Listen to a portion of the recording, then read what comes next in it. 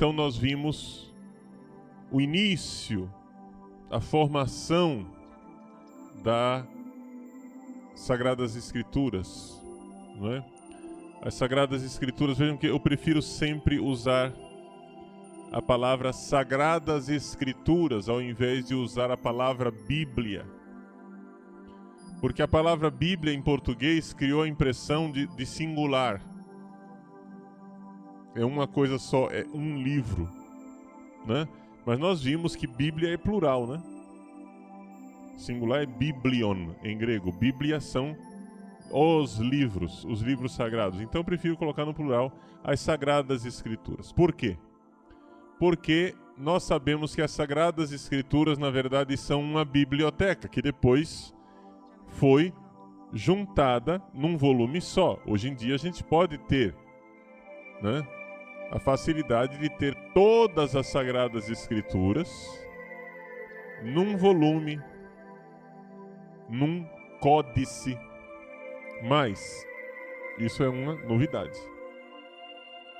Durante toda a história da igreja, essa coisa de Sagradas Escrituras foi sempre algo que as pessoas não tinham acesso completo. Por que é que o senhor Martinho Lutero foi capaz de colocar o princípio da sola scriptura? O que é esse princípio? Sola scriptura é o princípio segundo o qual, para Martinho Lutero, todo mundo sabe quem é Lutero, né? Primeiro protestante, né? 1517 começou o protestantismo. Então, através ele chega e diz, não, somente a Escritura é que é norma de fé. Sola Scriptura, quer dizer, somente pela Escritura é que nós temos a norma de fé. Como é que ele é capaz de fazer isso? Ora, Lutero foi capaz de fazer isso por uma razão muito simples, gente. Ele tinha a imprensa, não é? Um pouquinho antes de Lutero, teve um senhor chamado Gutenberg, que inventou a imprensa. Para você ter toda a biblioteca das Sagradas Escrituras antigamente, durante 1500 anos, para você ter todos os 72 livros das Sagradas Escrituras, você precisava ter muito dinheiro. Durante 1500 anos, a igreja teve que viver de resumos da Bíblia. Pedaços da Bíblia. Alguém tinha as cartas de São Paulo, ou tinha trechos dos evangelhos, né? Tinha o livro dos Salmos, mas quase ninguém tinha a Bíblia inteira. Por quê? Bom, por uma razão muito simples, você senta agora e copia a Bíblia inteira. Quanto tempo vai levar isso? Depois, nós agora temos o papel, mas vocês sabem que o papel foi uma invenção que veio da China com Marco Polo no século XV. Marco Polo trouxe o papel. Antes do papel, o que é que tinha? Tinha o pergaminho, que era caríssimo. Era couro de carneiro tratado. E era muito caro você escrever uma coisa. Você tinha pergaminhos. Para você copiar a Bíblia, você precisava ser riquíssimo. Porque, número 1, o papel era caro. A tinta era cara. E o trabalho de um amanuense, de uma pessoa de um calígrafo que escrevesse, que fizesse as coisas, que copiasse, era mais caro ainda. Imagina, o cara passava meses e meses copiando, porque não pensa assim que, tinha caneta esferográfica. Você com uma pena tinha que apontar a pena, escrever, desenhar as letras, esperar a tinta secar na pele do carneiro. Então não é assim, automático. Tanto que as cartas de São Paulo, a gente vê as cartas de São Paulo hoje, a gente não imagina o trabalhão que deu. Esse homem ditava essas cartas de noite. Quantas noites de trabalho custou para São Paulo escrever uma carta dessa? Tanto que ele tinha tempo para pensar, né? Como nós hoje em dia, que a gente vai escrevendo as coisas no computador, aí apaga, se arrepende, volta atrás. Não, ele ditava a carta para o escrivão, né? Para a pessoa que ia escrevendo. Como é que a gente sabe que ele ditava? Porque tem algumas cartas que o finalzinho ele diz assim: essa é a minha escrita. Ou seja, quer dizer que a carta inteira quem fez foi uma outra pessoa, e dali para frente ele começou a escrever para o pessoal ver a assinatura dele, a escrita dele. Então São Paulo passava a noite na luz de lampião, né? Ou seja, de lâmpadas, ditando essas cartas, e levava tempo. Enquanto o escrivão ia escrevendo uma linha, ele tinha tempo de pensar a próxima frase. Então não era assim que era uma coisa impensada. Ele levava o dia inteiro pensando o que ele ia escrever de noite. Entendeu? Então levava tempo para copiar as coisas. Então ter a Bíblia inteira copiada e escrita era um privilégio de poucos. Só mosteiros muito ricos, só catedrais importantes, não é? Bibliotecas famosas é que tinham a Bíblia inteira. Eu pergunto a vocês, como era possível que a igreja fosse viver de, aspas, Bíblia, se ninguém tinha acesso a isso? Então os protestantes podem. Eles podem, gente. São muito recentes eles começaram anteontem. Eles começaram há 5 séculos atrás. A igreja tem 2000 anos. Então esses caras podem chegar com a Bíblia debaixo do braço e dizer: só a Bíblia. Tudo bem, né? Você não teve que viver 1500 anos sem ela. Entende? Para você é fácil, né? Vocês começaram na época que já tinha papel, já tinha imprensa. É fácil para você falar de boca cheia, a Bíblia, né?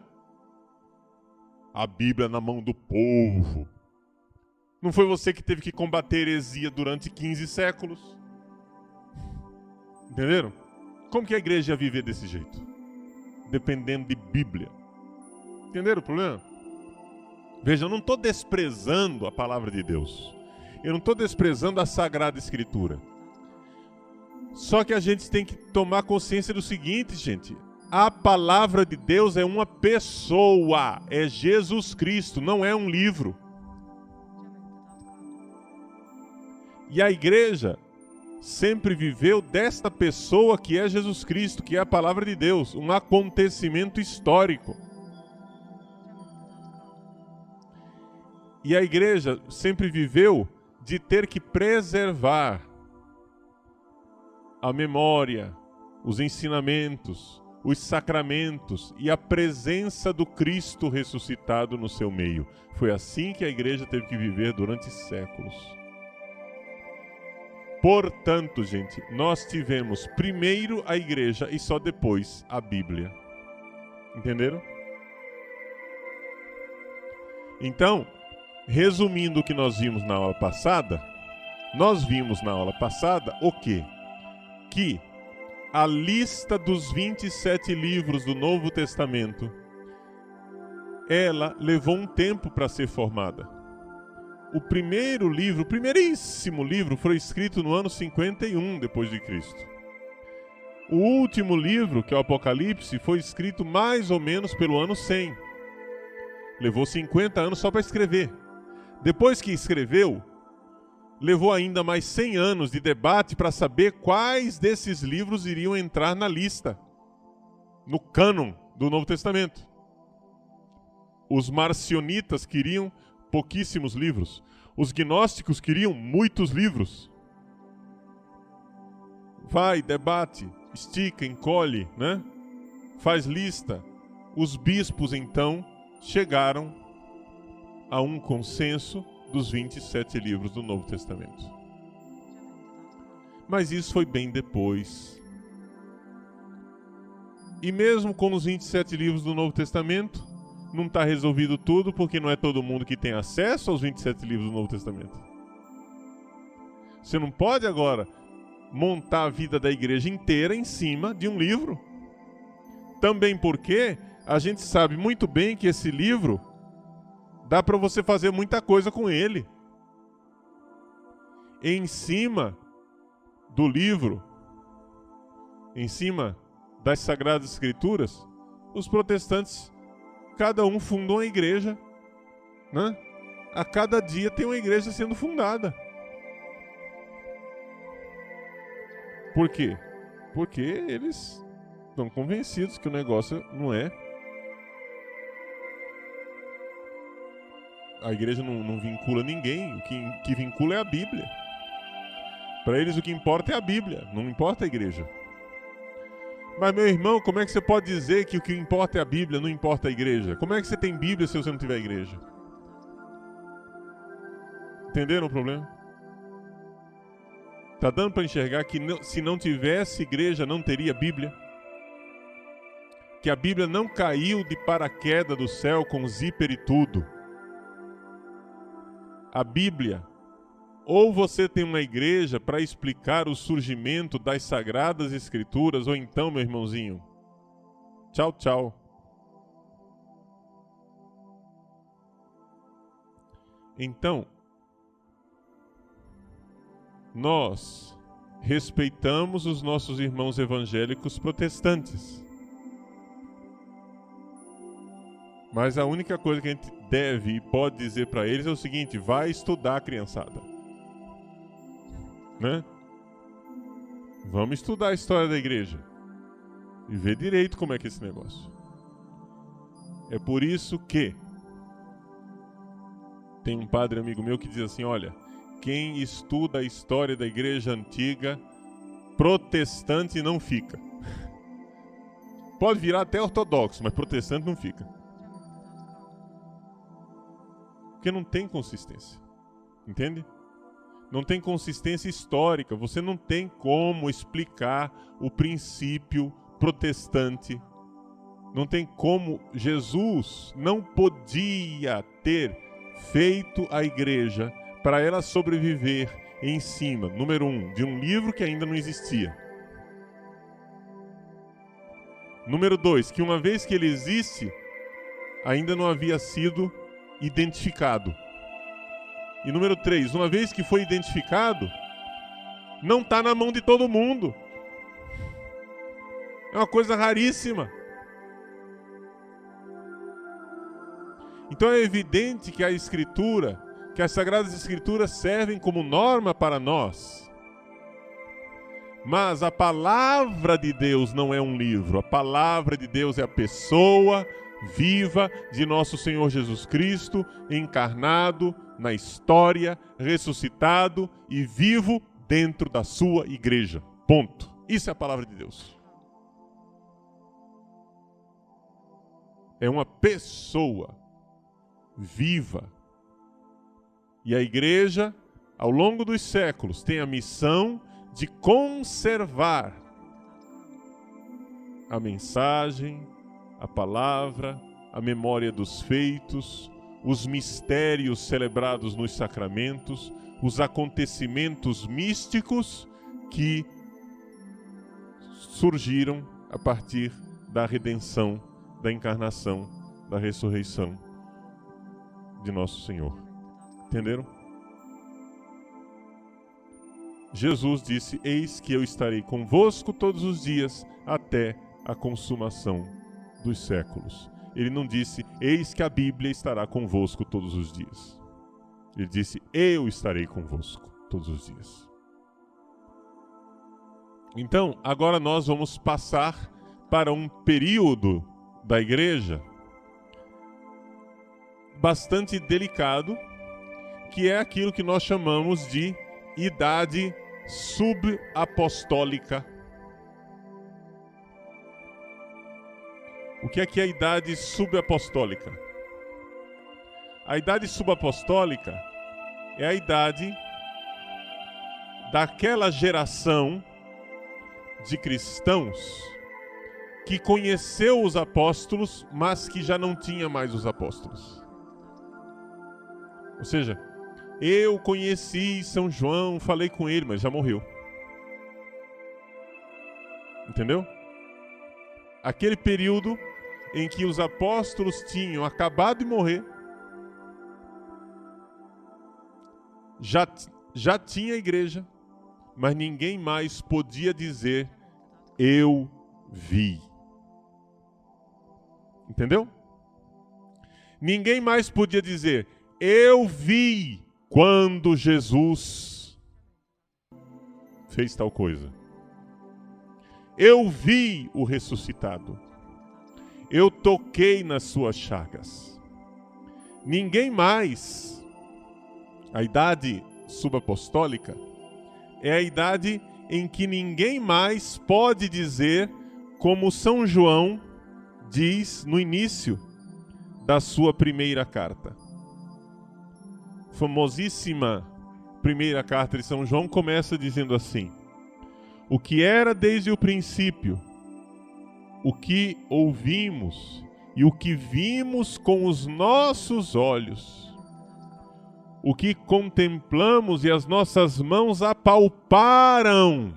Vejam que ele insiste na carnalidade, né? Na experiência sensitiva, né? Dos sentidos, sensorial. Ele insiste nisso. Os nossos ouvidos ouviram, os olhos contemplaram, as mãos apalparam no tocante do verbo da vida. O que vimos e ouvimos nós vos anunciamos, para que também vós tenhais a comunhão conosco.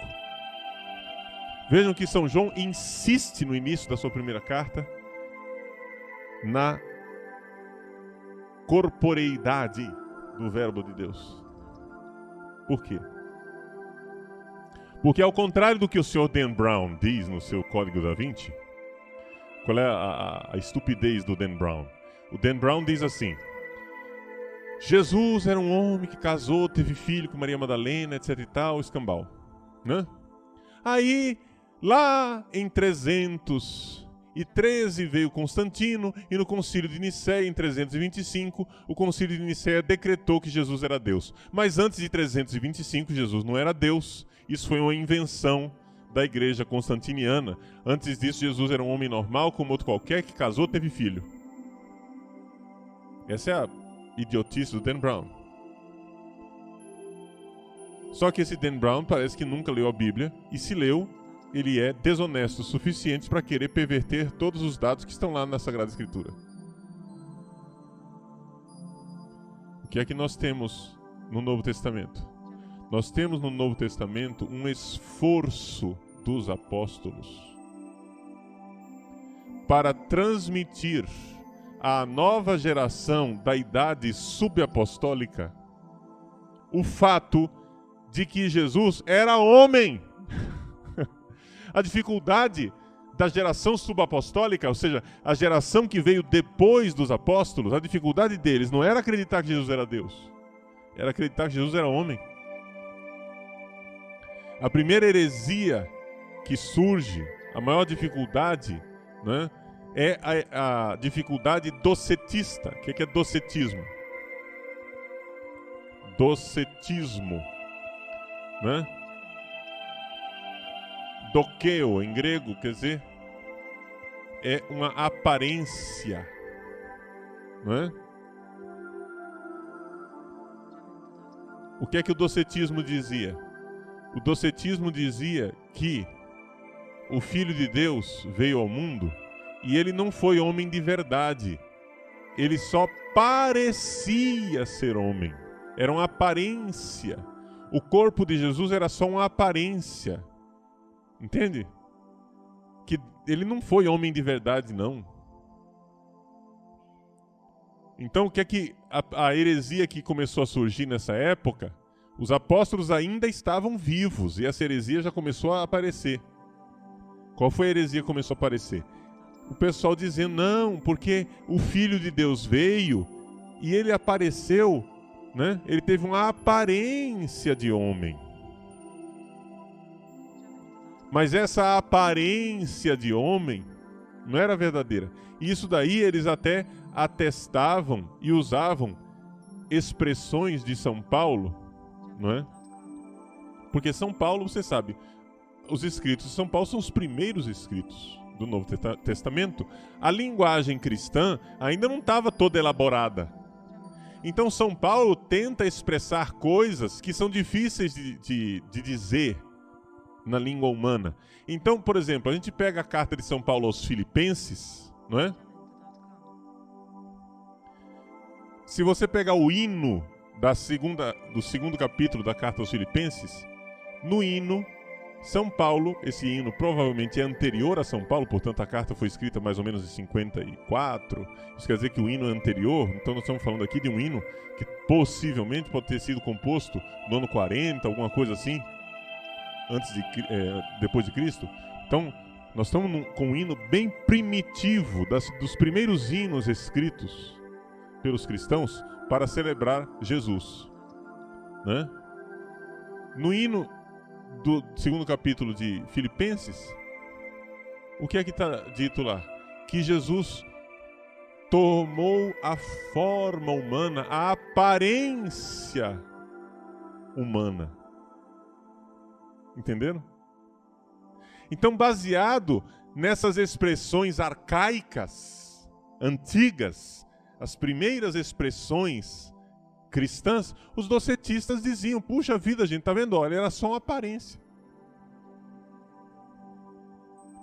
Ele não era homem de verdade. Ele era Deus, mas não era homem de verdade. Então essa foi a dificuldade da igreja. Quando os apóstolos ainda estavam vivos, mas a maioria dos cristãos não tinham visto Jesus. Vocês compreendem que os primeiríssimos cristãos que viram Jesus, como diz São João aqui, na primeira carta de São João, os primeiríssimos cristãos que viram Jesus, eles não têm dificuldade nenhuma de acreditar que Jesus era homem. Porque eles tocaram em Jesus, eles sentaram com ele ao redor da fogueira, comeram peixe assado, né? Viram Jesus suar, cansado, dormindo. Ninguém tinha nenhuma dúvida de que aquele homem era homem. Eles levaram um tempo para descobrir que ele era Deus, né? E os apóstolos ainda não haviam compreendido. Quantas vezes a gente lê isso no Novo Testamento, né? Nos evangelhos. Eles ainda não haviam compreendido. Aí Jesus ressuscita e eles começam a compreender. Cai a ficha daquilo que Jesus durante 3 anos tentou ensinar para eles. E como sois lentos, né? Como sois duros de coração e lentos para compreender, diz Jesus no caminho de Emaús. Puxa vida, gente, vocês não estão entendendo nada. E então ele lhes abriu a inteligência para compreenderem as Escrituras. Eles foram compreendendo as Escrituras porque Jesus deu a eles essa possibilidade para entender tudo o que tinha acontecido. Então vejam só. Os primeiríssimos cristãos não tinham dificuldade de crer que Jesus era homem. Com a ressurreição, eles aprendem que Jesus, na verdade, era Deus. Jesus já tinha mostrado isso, que era filho de Deus, durante a sua vida. Foi condenado por isso. Jesus foi condenado à morte porque se fez filho de Deus. Só que não caía a ficha. Completamente. E então, com a ressurreição e com Pentecostes, eles começam a crer de verdade. E começam a pregar isso, começam a ver qual era a fé deles. Bom, quando os apóstolos começam a envelhecer, como no caso de São João, ou a morrer martirizados, como o caso de São Paulo e de São Pedro, não é? Quando os apóstolos começam a morrer, nós já estamos numa época em que a maior parte dos cristãos não podia dizer que tinha visto Jesus. Essa é a dificuldade, essa é a crise da idade subapostólica. Como será o seguimento de Jesus? Como é que vai ser a igreja quando ninguém mais puder dizer eu vi? Quando nós não tivermos mais os apóstolos, porque a finalidade e a função dos apóstolos era essa. Se vocês pegarem lá nos Atos dos Apóstolos, vocês vão ver no início dos Atos dos Apóstolos, quando os apóstolos têm que decidir, eleger quem que vai substituir Judas, não é? Quando eles vão eleger Matias, eles dizem assim, que vamos escolher um homem. Deixa eu pegar aqui o texto exato. Ele diz assim: convém, pois, primeiro capítulo do Atos dos Apóstolos, capítulo 20, versículo 21. Convém, pois, que desses homens que têm estado em nossa companhia todo o tempo em que o Senhor Jesus viveu entre nós, a começar do batismo de João até o dia em que do nosso meio foi arrebatado, um deles se torne conosco testemunha de sua ressurreição. Olha aí a função dos apóstolos. Está aqui definido o que é o apóstolo. Vamos escolher um apóstolo para ficar no lugar de Judas. Quem que vai ser? Qual é o critério para ser apóstolo? Tem que ser alguém que esteve conosco desde o batismo de João, ou seja, o início do ministério público de Jesus, até a sua subida aos céus, ou seja, o final das aparições de Jesus depois da ressurreição, para que conosco seja testemunha da ressurreição. Ou seja, a função do apóstolo é dizer, eu vi. Entendeu? Eu vi o ressuscitado.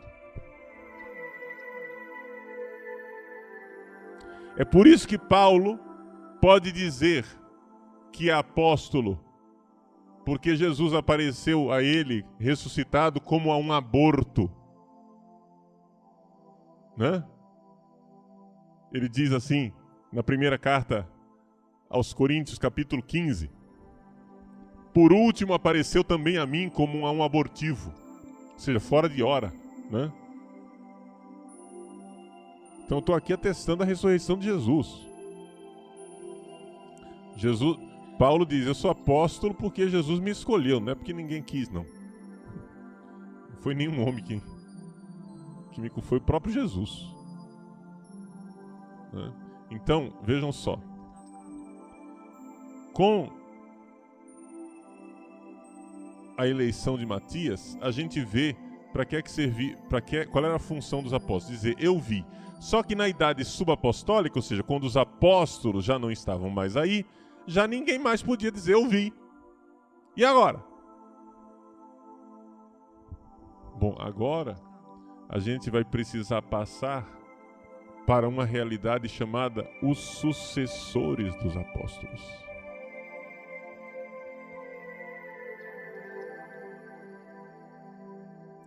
E quem vão ser esses sucessores dos apóstolos? Vão ser os bispos. E para nós compreendermos o que são esses bispos sucessores dos apóstolos, eu gostaria de tomar o exemplo luminoso de Santo Inácio de Antioquia. Quem foi Inácio de Antioquia? Inácio de Antioquia foi um bispo da cidade de Antioquia, né, que foi martirizado em Roma. Nós temos notícia dele em vários escritos a respeito dele, mas principalmente através das cartas que ele deixou. Então, vamos localizar as coisas aqui no tempo. Então vejam só. Primeiro, Inácio de Antioquia era bispo em Antioquia. Se você for olhar no mapa, a cidade de Antioquia você localiza facilmente olhando para a ilha de Chipre. Se você olha para a ilha de Chipre, existe uma península lá que aponta como se fosse um dedo na direção de Antioquia. Foi lá que os cristãos foram chamados de cristãos pela primeira vez, né? Antioquia fica perto do rio Orontes. E Antioquia está ligada a São Pedro, assim como Roma está ligada a São Pedro. Ou seja, antes de Pedro ir para Roma e morrer mártir em Roma, São Pedro esteve em Antioquia. Então o bispo de Antioquia, né, ele também é sucessor de São Pedro. É sucessor da cátedra de São Pedro em Antioquia. Ele não é o Papa, né? Quer dizer, não é sucessor de Pedro diretamente, porque Pedro não morreu lá, não é? Mas é sucessor de Pedro, porque Pedro esteve em Antioquia. Então o bispo de Antioquia está ligado a essa tradição apostólica. Tem também, claro, tantos apóstolos passaram por lá, né? São Paulo também passou por lá. E assim por diante. Acontece que Inácio de Antioquia foi bispo de Antioquia e ele morreu por volta do ano 107. Alguns calculam 110, 107. Mas você está vendo ali que nós estamos falando o quê? Da idade subapostólica, não é? Nós estamos falando de um homem que conheceu os apóstolos. Ele conheceu os apóstolos. Mas quando ele morreu, os apóstolos já tinham morrido. Então nós estamos ali vivendo. Santo Inácio é um exemplo de um homem que conheceu os apóstolos. Ele não podia dizer, eu vi Jesus. Mas ele podia dizer, eu ouvi os apóstolos. Entendeu? Eu ouvi os apóstolos. Assim como outros escritores importantes, que a gente chama esse pessoal aqui, esses escritores, que conheceram os apóstolos, mas não conheceram Jesus, a gente chama de padres apostólicos, né? São os santos padres, com P maiúsculo, né?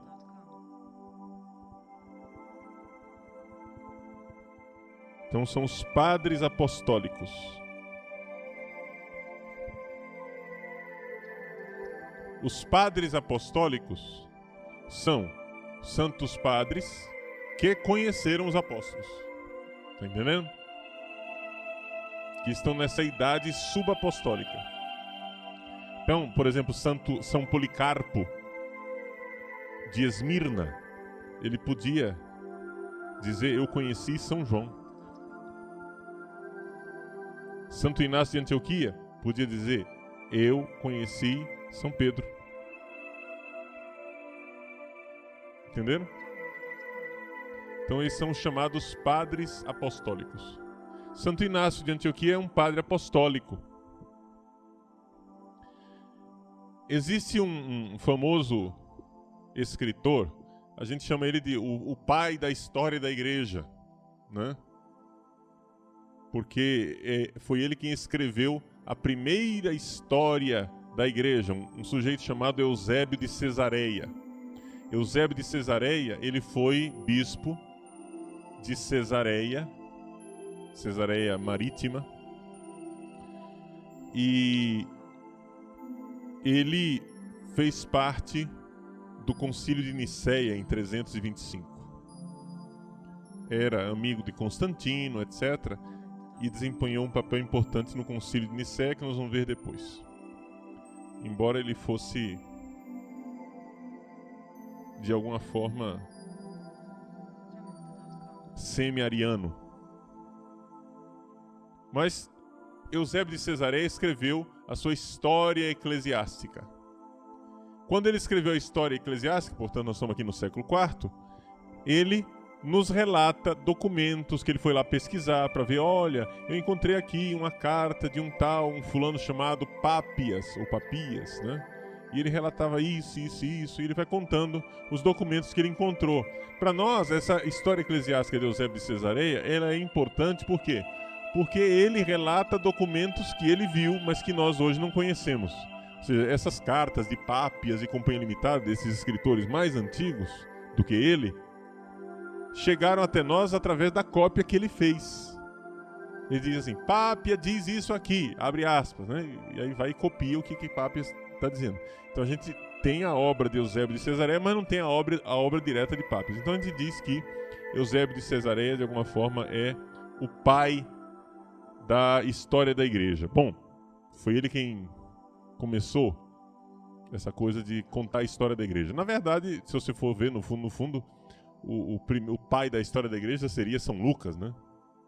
Que começa a contar a história da igreja com os Atos Apóstolos. Mas é Sagrada Escritura, diferente, né?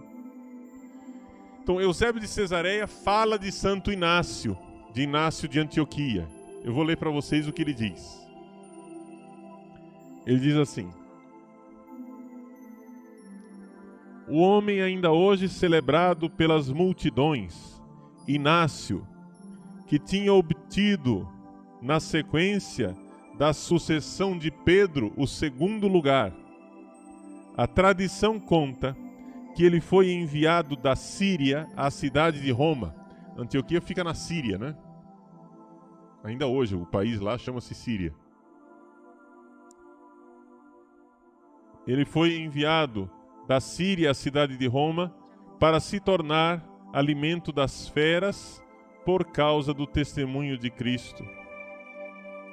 Enquanto viajava através da Ásia, sob a vigilância atenta dos guardas, confirmava as igrejas por onde passava com seus colóquios e suas exortações em todas as cidades onde passava.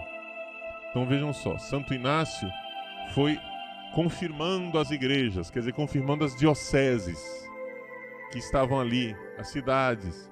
E ele ia, como que ele confirmava? Através de colóquio, porque as pessoas, foi assim, ele ia viajando e o pessoal ficou sabendo, puxa, pegaram o bispo de Antioquia, estão levando para Roma, para ele ser executado, para ele ser martirizado.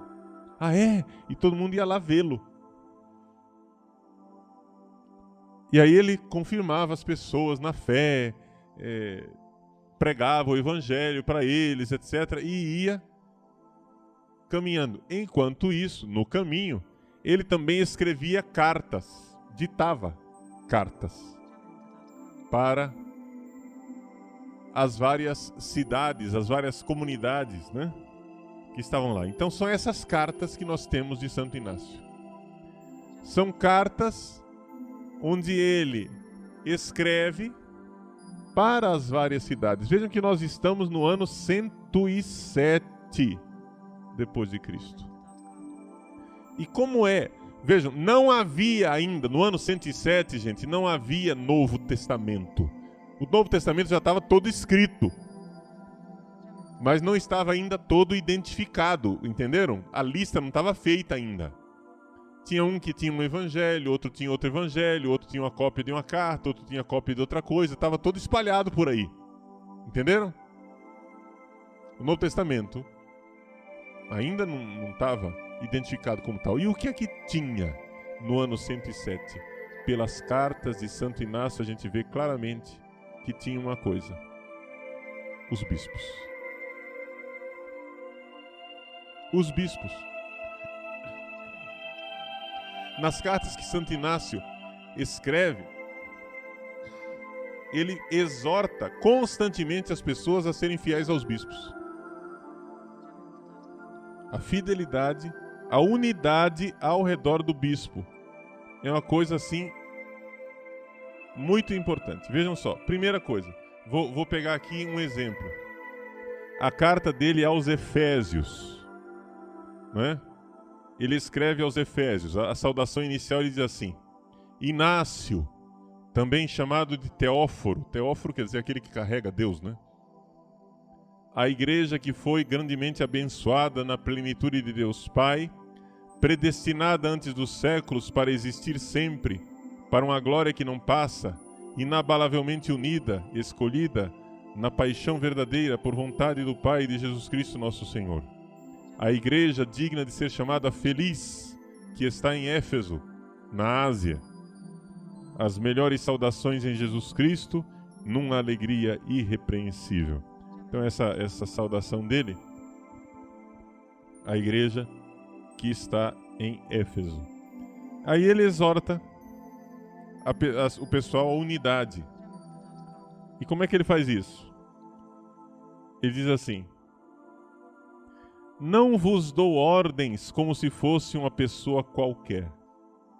Embora eu esteja acorrentado por causa do nome, o nome aqui quer dizer Deus, quer dizer Jesus, né? Ainda não atingi a perfeição em Jesus Cristo. Com efeito, agora estou começando a aprender e vos dirijo a palavra como a condiscípulos meus. Sou eu quem teria necessidade de ser ungido por vós com fé, exortação, perseverança e paciência. Todavia, o amor não me permite calar a respeito de vós. Diz assim, olha, eu não sou ninguém para dar lição para vocês, mas porque eu amo vocês, então eu não posso ficar calado. Então deixa eu falar aqui. E o que é que ele quer falar com tanto amor? É por isso que desejo exortar-vos a caminhar de acordo com o pensamento de Deus. De fato, Jesus Cristo, nossa vida inseparável, é o pensamento do Pai. Assim como os bispos, estabelecidos até os confins da terra, estão no pensamento de Jesus Cristo. Então olha só, a união de Jesus com o Pai, a união dos bispos com Jesus. Está entendendo? Não tem Novo Testamento ainda, no sentido de Sagrada Escritura, mas já tem a união aos bispos. Ele exorta o pessoal que fuja das heresias, não é? E saiam dessa coisa da sedução, das heresias, mas fiquem sempre unidos ao bispo. Na carta aos Magnésios, né? Na igreja de Magnésia, ele é mais claro ainda. Ele diz assim: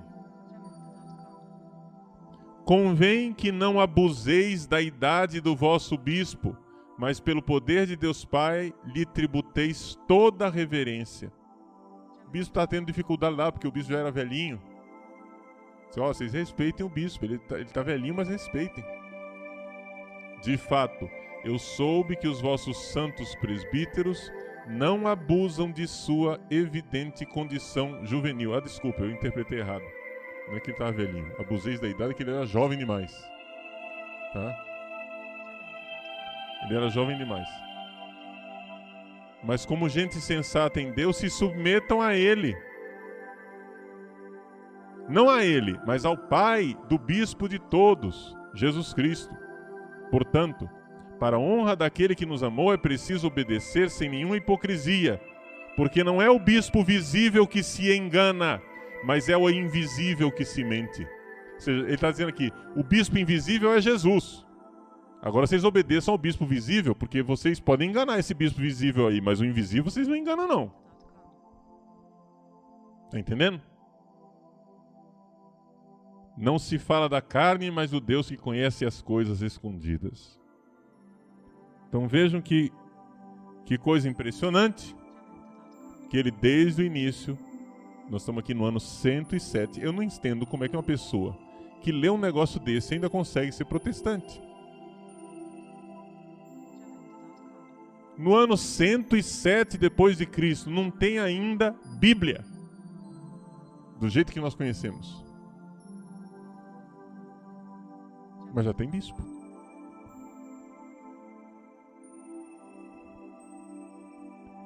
Ele diz assim: por isso vos peço que estejais dispostos a fazer todas as coisas na concórdia com Deus, sob a presidência do bispo, que ocupa o lugar de Deus. Tá mais claro do que isso? Difícil, né? o bispo ocupa o lugar de Deus. Dos presbíteros, que representam o colégio dos apóstolos, e dos diáconos, que são muito caros para mim, aos quais foi confiado o serviço de Jesus Cristo, que antes dos séculos estava junto do Pai e por fim se manifestou. Então olha só, como é que se organiza a igreja. No lugar de Jesus está o bispo. No lugar dos apóstolos estão os presbíteros. Então, quando um bispo, na sua catedral, se reúne sentado na cátedra, rodeado pelo seu presbitério, nós estamos diante de uma cena que é descrita no livro do Apocalipse. O Cordeiro sentado no trono e os apóstolos, os anciãos, os presbíteros, que são 12 do Antigo Testamento, 12 do Novo Testamento, os 24 anciãos com coroas na cabeça, reverenciam-se e depõem as suas coroas diante do trono do Cordeiro. O manual de liturgia da Igreja Católica é o livro do Apocalipse. Esse é o nosso manual de liturgia. Então, o pessoal fica dizendo, mas esse negócio de trono para o bispo, isso daí é uma coisa medieval, uma invenção. Não é medieval não, gente. Isso aqui é o livro do Apocalipse. É o trono do Cordeiro. Aquele trono que está lá não é do bispo em si, é de Jesus Cristo. E quando o bispo senta lá na cátedra, ele é o sinal, o símbolo de Cristo que senta na cátedra. Está entendendo?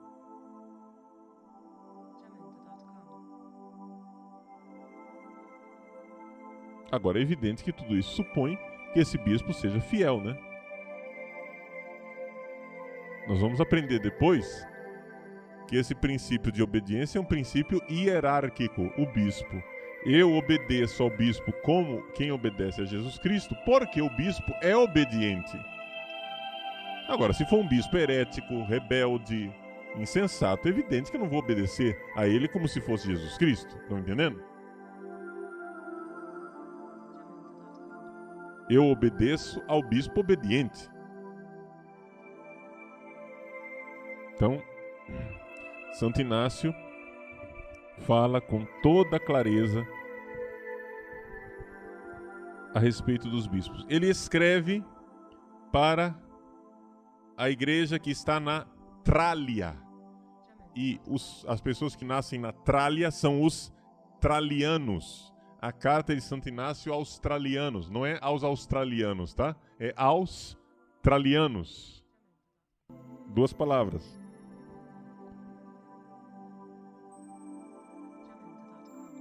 Então, quando ele escreve aos tralianos, ele também fala do bispo. Nós estamos na 3ª carta e olha que isso aqui é como se fosse quase o sambinha de uma nota só. É a tecla na qual ele insiste do início ao fim.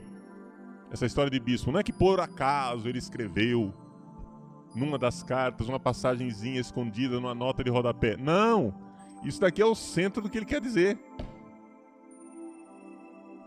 Ele diz: quando vos submeteis, isso é Inácio aos tralianos, quando vos submeteis ao bispo como a Jesus Cristo, demonstrais a mim que não viveis segundo os homens, mas segundo Jesus Cristo que morreu por nós, a fim de que, crendo em sua morte, possais escapar da morte. Entenderam?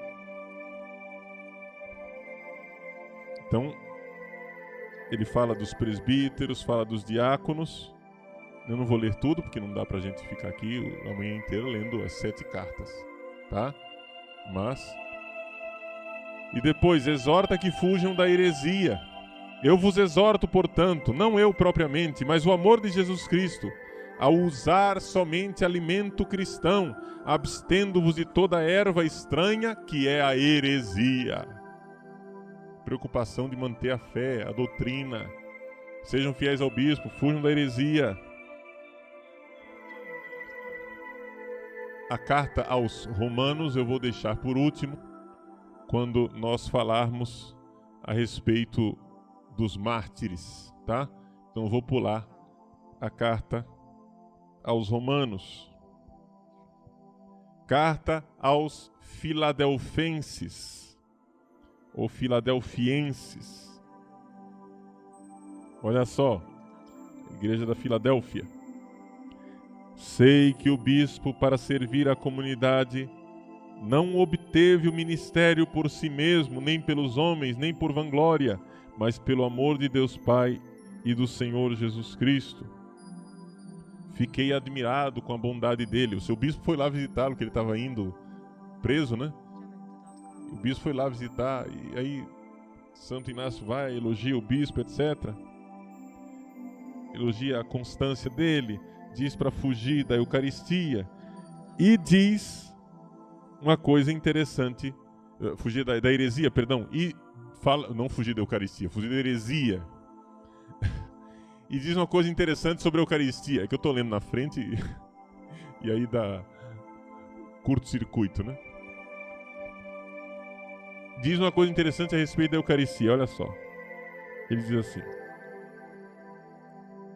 que não deve haver divisão, né? E que existe uma unidade ao redor do bispo e da Eucaristia. Vou ler para vocês, está no número 3. Isso não significa que encontrei divisão entre vós, mas é uma seleção. Com efeito, todos aqueles que são de Deus e de Jesus Cristo, esses estão também com o bispo. Quem é de Deus está com o bispo, quem não é de Deus está contra o bispo. É isso que Inácio diz.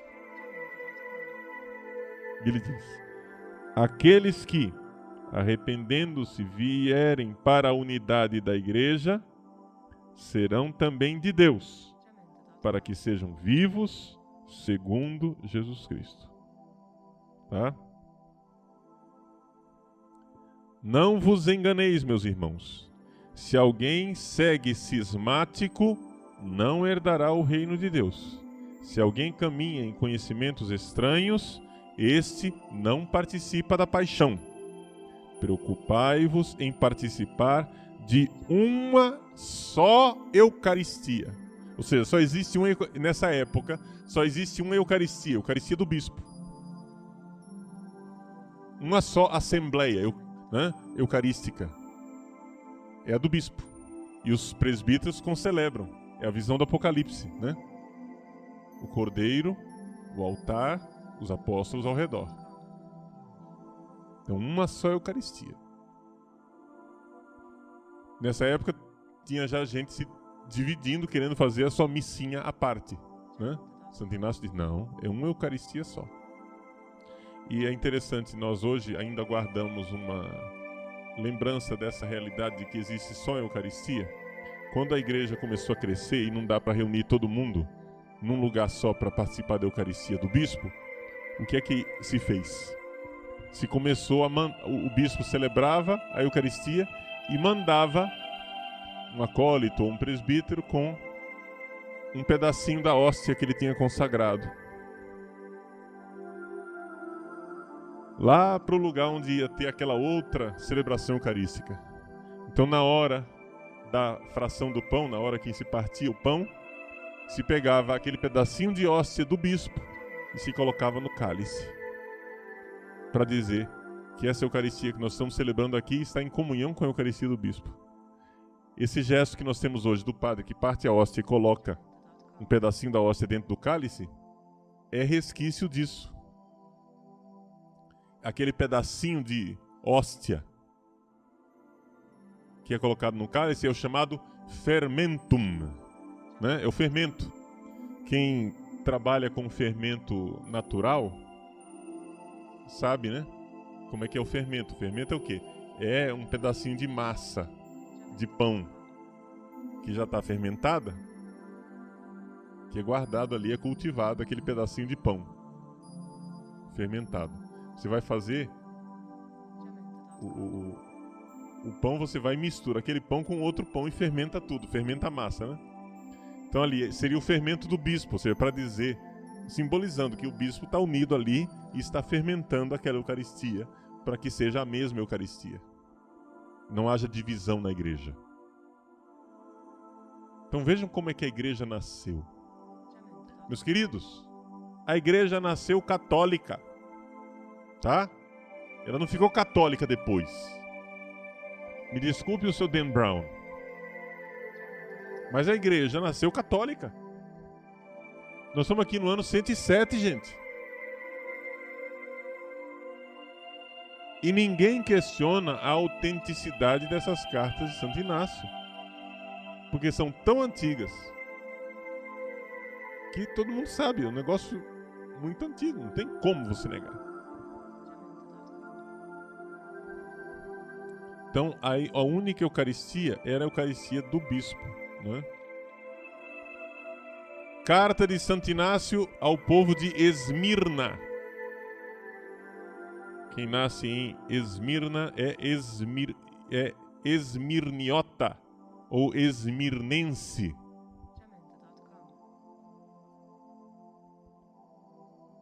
Então ele escreve para o povo de Esmirna. Mais uma vez ele manda fugir das heresias e pede unidade com quem? Com o bispo. Dá para notar que o negócio aqui é um sambinha de uma nota só. Ele diz aqui: segui todos ao bispo, como Jesus Cristo segue ao Pai, e ao presbitério, como aos apóstolos. Respeitai os diáconos, como a lei de Deus. Sem o bispo, ninguém faça nada do que diz respeito à igreja. Considerai legítima a Eucaristia realizada pelo bispo, ou por alguém que for encarregado por ele. Onde aparece o bispo, aí está a multidão. Do mesmo modo que onde está Jesus Cristo, aí está a Igreja Católica. Olha a palavra católica aqui. Já apareceu a palavra católica. Nós estamos no ano 107. O que quer dizer católica? Católica quer dizer universal, quer dizer inteira, quer dizer a igreja íntegra, que não está faltando nenhum pedaço. Não é? Aí está a igreja católica.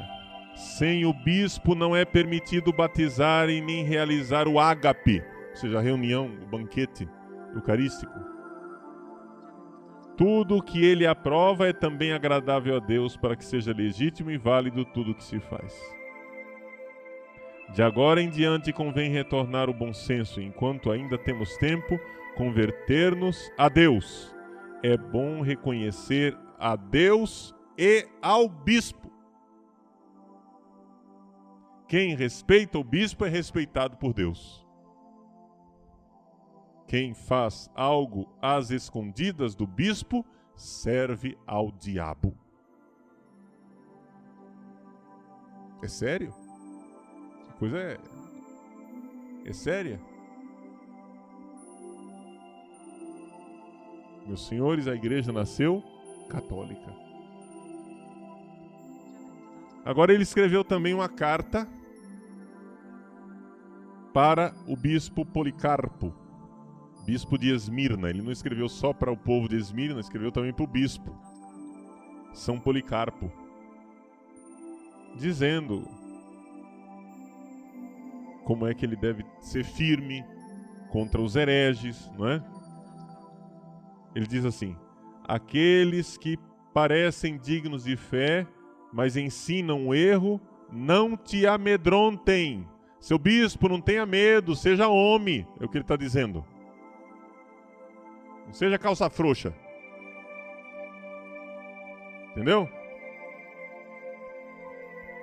Seja homem. Permanece firme como a bigorna sob os golpes do martelo. Está dizendo o seguinte: seu bispo, você vai levar paulada, mas fique firme.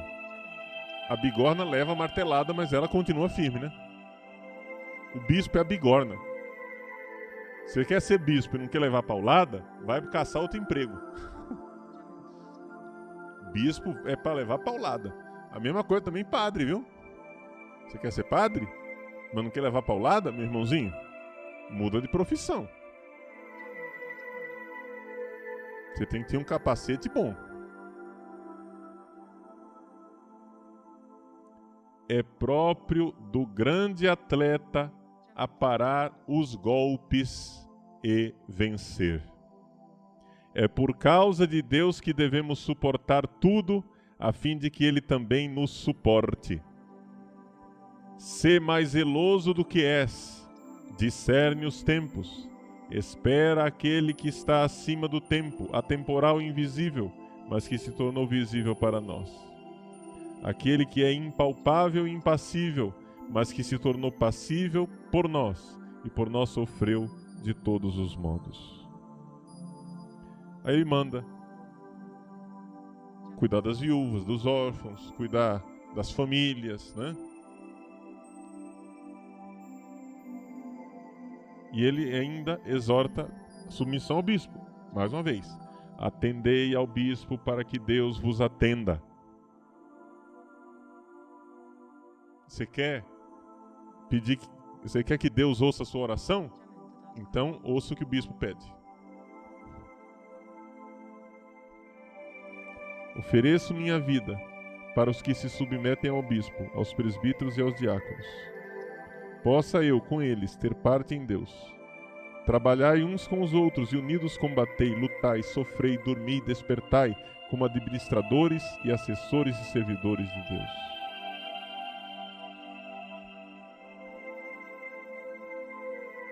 Essa igreja é bonita, né? É bonito ser católico. Nós, a seu tempo, iremos comentar a respeito da carta de Santo Inácio aos Romanos, mas quando nós falarmos do martírio, tá? Que é uma carta bonita a respeito do martírio.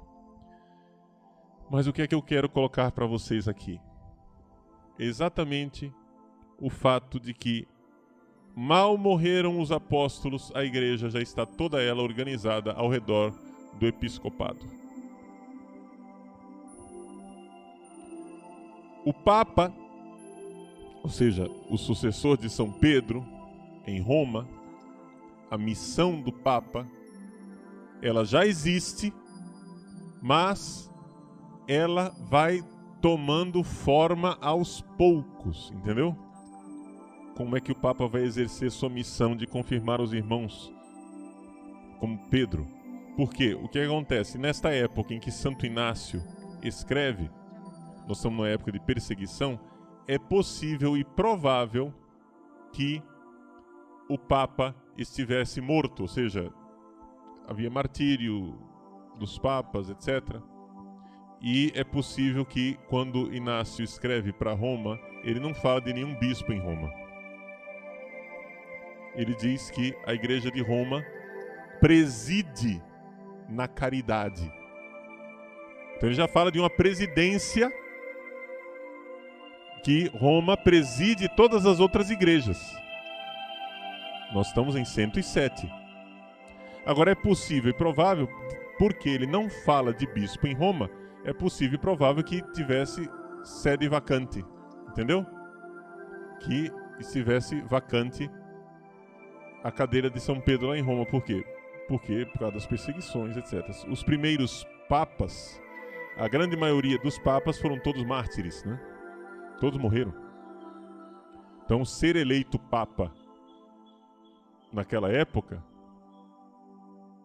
era quase certeza e garantia de morte no martírio. Não era fácil, não. Não era um cargo honrado, humanamente falando. Era um cargo, do ponto de vista humano, pesado. Porque ser eleito papa era ser perseguido pelo imperador. Porque é evidente, o sujeito é bispo onde?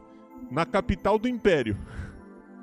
O imperador quer acabar com o cristianismo. Qual é o primeiro bispo que ele vai perseguir?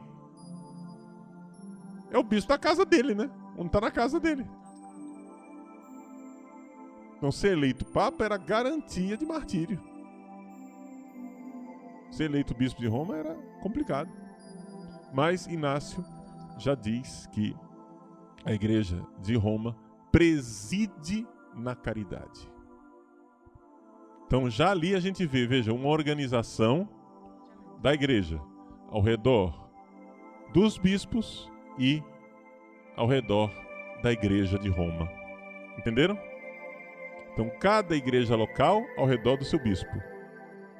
E as várias igrejas, ou seja, quando eu uso a palavra igreja aqui no plural, eu estou falando, essa palavra significa diocese, tá? Entendeu? Quando digo as várias igrejas, eu não estou falando da igreja luterana, igreja episcopal, igreja batista. Eu estou falando das dioceses. Não sei se dá para entender esse vocabulário. Quando a gente diz igreja no plural, nós estamos falando das dioceses. Então a igreja de Cuiabá, a igreja de Rondonópolis, a igreja de Brasília, a igreja de São Paulo, a igreja do Rio. É a mesma igreja católica, a única igreja católica. Agora, se eu digo as igrejas do Brasil, na linguagem católica, isso eu estou falando das dioceses brasileiras, entende? Então, Santo Inácio de Antioquia escreve as igrejas que se reúnem ao redor do seu bispo, e quem preside as igrejas é uma igreja, a igreja de Roma. Minhas senhoras e meus senhores, bem-vindos à Igreja Católica. Vejam a beleza de estudar a história da igreja. E estudar a partir das fontes primárias, a partir dos documentos históricos. Eu não estou lendo para vocês um manual que alguém escreveu 2000 anos depois. Eu estou lendo a carta do próprio Santo Inácio, escritas em 107, 110 por aí. Depois Inácio foi martirizado em Roma, né? Nós não temos um relato contemporâneo e direto do martírio dele, tem só relatos posteriores, mas nós sabemos que ele morreu em Roma. E Santo Inácio era um santo muito popular, né? Havia uma verdadeira devoção, tanto que Eusébio de Cesareia, como nós lemos, né, dizia que ele foi aclamado pelas multidões, ou seja, ainda hoje ele era aclamado pelas multidões. Hoje quer dizer quando? No século IV. Santo Inácio morre martirizado no início do século II. 2 séculos depois, no século IV, Eusébio de Cesareia está dizendo que ele era aclamado pelas multidões, que era muito admirado. Também aí nós vemos a Igreja Católica, né? Essa veneração pelos mártires, veneração pela santidade das pessoas. Gente, a Igreja Católica nasceu tendo santos, venerando os santos, não é? Não foi o paganismo que introduziu a veneração aos santos, mas foi exatamente uma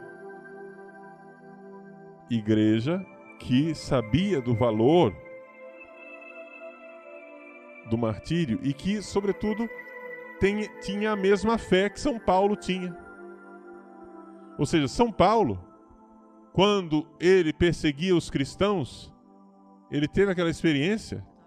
Jesus dizia: Paulo, por que me persegues? Ué, mas eu não estou perseguindo Jesus, Jesus não está aqui. Não, você está perseguindo quem? Os cristãos. Você perseguiu o cristão, você está perseguindo Jesus lá no céu. Perseguiu o cristão aqui na terra, perseguiu a igreja aqui na terra, você está perseguindo Deus. Essa é a nossa fé. Então, quando nós veneramos os membros do corpo de Cristo, ou seja, os santos, essa veneração é também para Cristo. Eu não entendo por que é que os evangélicos protestantes têm essa birra que nós não podemos venerar essas pessoas. A igreja já nasceu venerando esse povo. A igreja já nasceu venerando os santos. Se quando você persegue um cristão e um mártir, e você mata o mártir, você está matando Cristo, por que é quando você honra o mártir, você está cometendo idolatria? Entendeu? Problema? Que aí tem alguma coisa que não está batendo? A igreja já nasceu venerando. essas pessoas santas. Então, a Igreja Católica, na época dos padres apostólicos, já começou a transmitir a verdade da fé, não baseada só na Escritura, porque não dava para basear só nas Escrituras. As Escrituras eram importantes, sempre foram importantes. Os evangelhos sempre foram lidos, as cartas de Paulo sempre foram lidas, sempre foi venerada, né, a revelação de Deus através das Sagradas Escrituras. Mas não havia clareza sobre os livros ainda. Portanto, esta clareza, ela foi sendo adquirida a partir do quê? Da fidelidade aos bispos. E é a sinfonia dos bispos, entenderam? Os bispos todos unidos que confirmam a fé dos irmãos e que nos dão essa garantia de que nós estamos na única Igreja de Cristo. Então, prestem atenção que aqui é importante, hoje depois na prática, a gente saber isso. Não é que o bispo falou, a água parou. É o seguinte, o bispo é, sim, o representante de Cristo. Onde quem está com o bispo está com Cristo. Desde que o bispo esteja unido à igreja. Se for um bispo herege, meu irmãozinho, tchau, tchau. Entendeu? Não vou te obedecer, não. Vocês estão entendendo isso aqui, né? E depois, não tem essa igreja. Deu para você notar? Essa igreja paz e amor, bicho, né? Ah, nós somos da paz, nós não vamos condenar ninguém. A igreja já nasceu condenando heresia. Ó a insistência de Santo Inácio para os bispos. Olha aqui, meu filho, você é bispo para aguentar paulada. Não fique intimidado pelos hereges, não, porque eles são filha da mãe. Você está aí para confirmar a fé dos irmãos, então não fique intimidado. A igreja já nasceu lutando heresia, com essa preocupação. Então vejam a preocupação da igreja subapostólica. A fidelidade ao redor dos bispos, a unidade ao redor da Eucaristia do bispo e o combate às heresias e às falsas doutrinas. Já estava lá, na primeira geração após os apóstolos.